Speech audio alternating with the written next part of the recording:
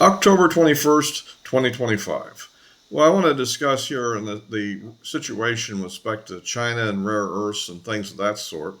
And we'll get into that. But first, I do want to have to make a comment about the weekend's so-called no kings um, nonsense that the Democrats and I don't know Democrats, but the ultra left, which are a, a controlling element of the Democrat Party, it seems. I don't know if most Democrats really are that far out. They probably don't much like Trump, but I don't know if they're quite as crazy as all this stuff. These people are completely Looney Tunes, and it's a pretty obvious group. I'm hopefully this will kind of convince the independent voter that maybe you don't want to vote for them because they're kind of crazy.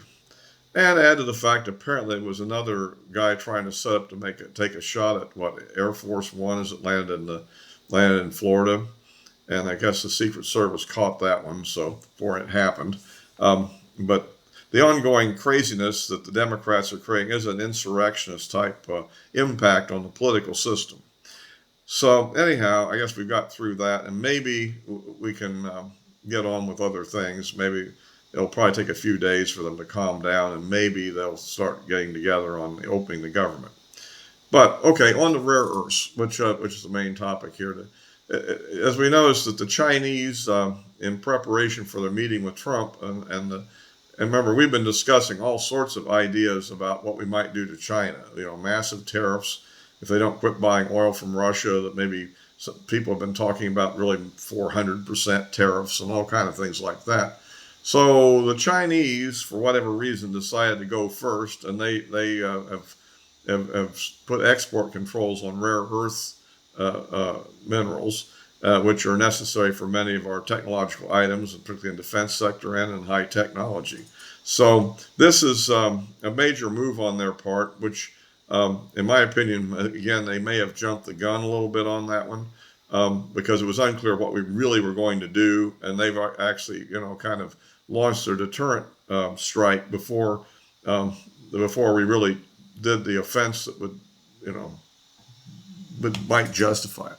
But at any rate, so now President Trump has had a meeting with the Australian Prime Minister, and now they're worked out a deal to start going to Australia for a new major source of rare earth elements and for the processing of them.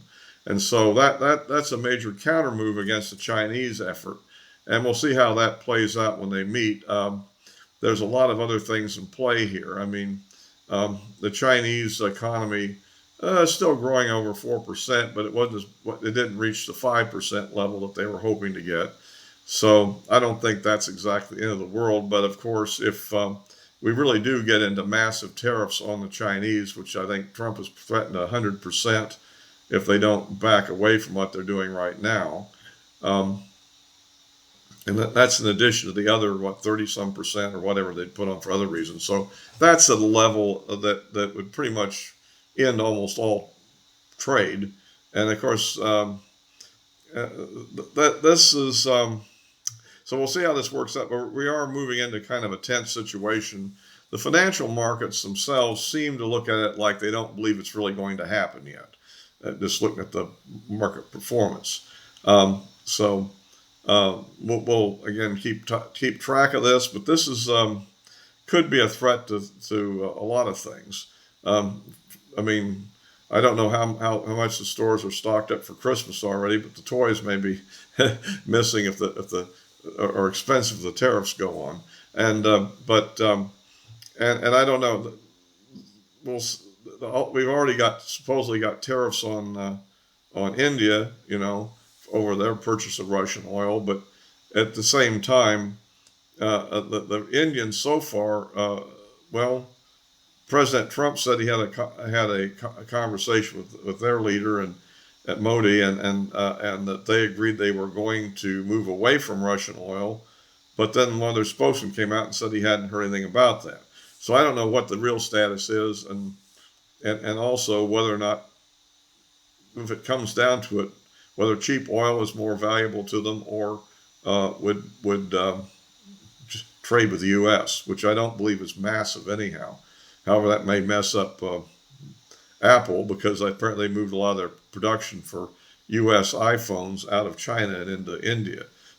So we'll see how that plays out. But at any rate, so that's the situation. So we, in the, in future times, I don't know how quickly this whole operation in Australia can really be spun up to the point of producing enough rare earths to actually replace the Chinese source.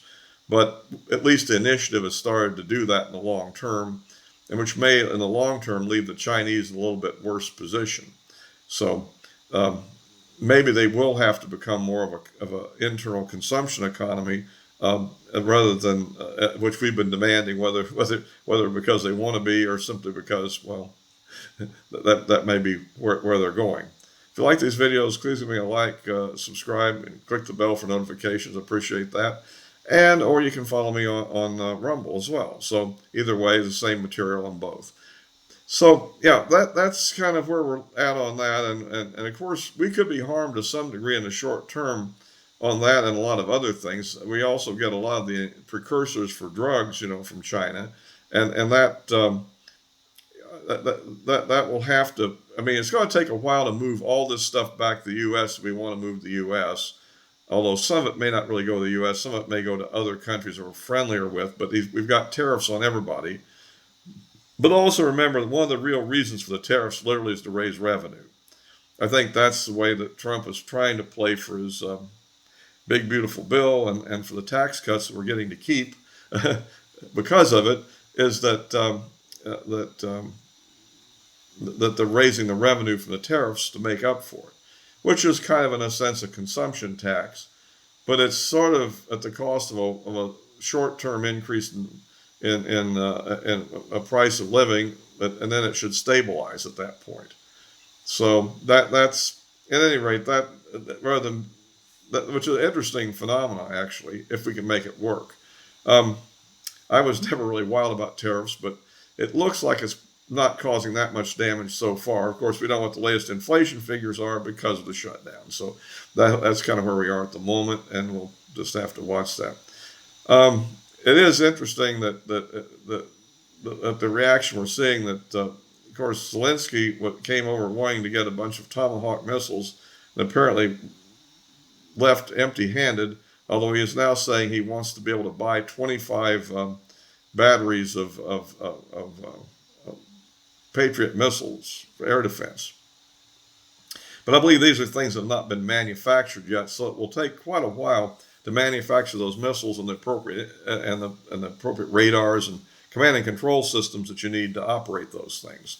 So, so I presume the Europeans are willing to buy them for them. So that we'll see how that goes.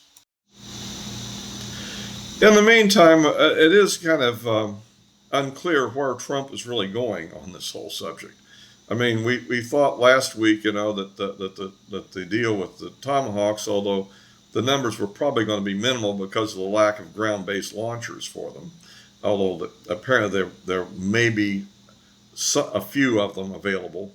Apparently that has been kind of nixed at the moment because, if nothing else, I think Trump maybe saw that as being just too escalatory. We don't know. We do know that there was a conversation between Trump and Putin, which lasted quite a while, and well, we don't know. Depending on how you want to look at it, it may be that that some people are claiming the Tomahawk scared Putin into returning to negotiations.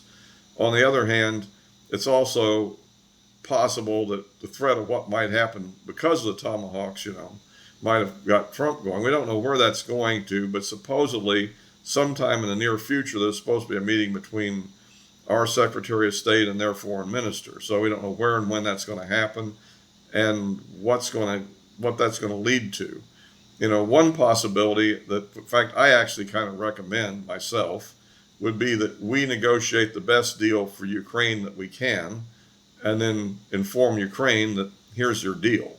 And if you want any help from us, you'll accept this deal, and then we can end this war and end the risk of escalation and, control things. On the other hand, maybe Ukraine will simply refuse to do it. We don't know what the Europeans will really do, although it seems like we're going in all directions at the same time. In other words, on the one hand, we're trying to put sanctions on Russian oil. On the other hand, we're trying to get Europe to be spun up to provide weapons. On the other hand, we're backing away from providing the Tomahawks, and it's like, like exactly what is the plan? Where are we going? And that is a bit of a mystery right now. So we'll have to keep touch with that situation as it develops. But it can be. I mean, it's obviously possible that Trump could simply reverse himself again and provide Tomahawks. I mean, it's possible, and we don't know again how much impact that would really have on anything, or how the Russians would really respond to it. I mean, so far, no matter what we've done, they've decided to be kind of like a punching bag and pretty much not escalate the war, at least outside of the Ukraine theater. They basically they punish Ukraine for everything that they're dealt, basically. And the Ukraine seems to be a big glutton for punishment, too. And of course, remember that they were in the process of, right before this, of destroying a lot of their energy infrastructure, which can be very bad for the winter if people don't have heat and so forth. Yet it looks like after the phone call from between Trump and Putin, it seems like it's still ongoing, but maybe no massive strike has occurred. Of course, maybe by the time you see this video, this will all have changed again, and there will be full-scale strikes. So we'll see. Meanwhile, it looks like the front. It looks like Potrovsk is falling to Russian hands pretty fast, I think, but it's still going to take time because this is street fighting, building to building, and many other fronts. On the other hand, the Russians are actually trying to cross the Gettr River and actually get into Kherson, which I'd often thought that would be the thing that one of the concessions that Russia could make would be to not go after anything on the west side of the river. So that's another thing we'll have to see. And we don't know how the interaction with China will play into this either. However, if you really got everybody to quit buying Russian oil, I think the price of energy would start surging pretty quickly, just because it would take a lot of oil off the market. It's a fairly, as they say, inelastic market. So that's an issue that has political ramifications as well. Meanwhile, we also have a problem because of the Chinese have retaliated and aren't buying the soybeans and other crops from the farmers. Now the farmers are upset. And now they're trying to help the Argentine conservative government win an election. And so now we're promising to try to buy some cattle from Argentina. But at the same time, that will also hurt the farmers and the ranchers. And so that's very politically precarious because those are red conservative states and they're our voters. So we have to watch what we do on that one. I know there is some talk of getting some government financial aid to handle this in the meantime. At some point we're going to have to learn that we can't have everything we want. We're going to have to make choices. Do we really care about Ukraine? Do we care about our domestic politics? Do we care about the trade relations with China? I mean, it's going to be hard to, I think, get everything we want on all those things. So just my thoughts on that subject. We're going to have to make some choices. And we'll just have to see what happens, and does the Trump-Putin meeting really happen, and what would come out of that? I mean, it seems to me like if Ukraine is intransigent, backed up by the Europeans, this could be an embarrassing situation potentially. So, well, but you never know. Trump seems to be very persuasive. So, on the domestic front, apparently he's won a court decision to allow him to send National Guard into Portland, and that's the one area in the No Kings rally that was notable for the violence that did break out. Most of the No Kings stuff was largely peaceful, but that one was Portland as usual. So, so at any rate, well, that's a useful thing to kind of get things calmed down. I think most of the people that are not radicals will probably be happy that they're doing it. So anyway, that's kind of the way I see it for now. There's a lot of issues in play, and we'll just see where it all comes out. I'll be posting this on YouTube and Rumble as always, and the address of my social media accounts are in the description below. So all for now.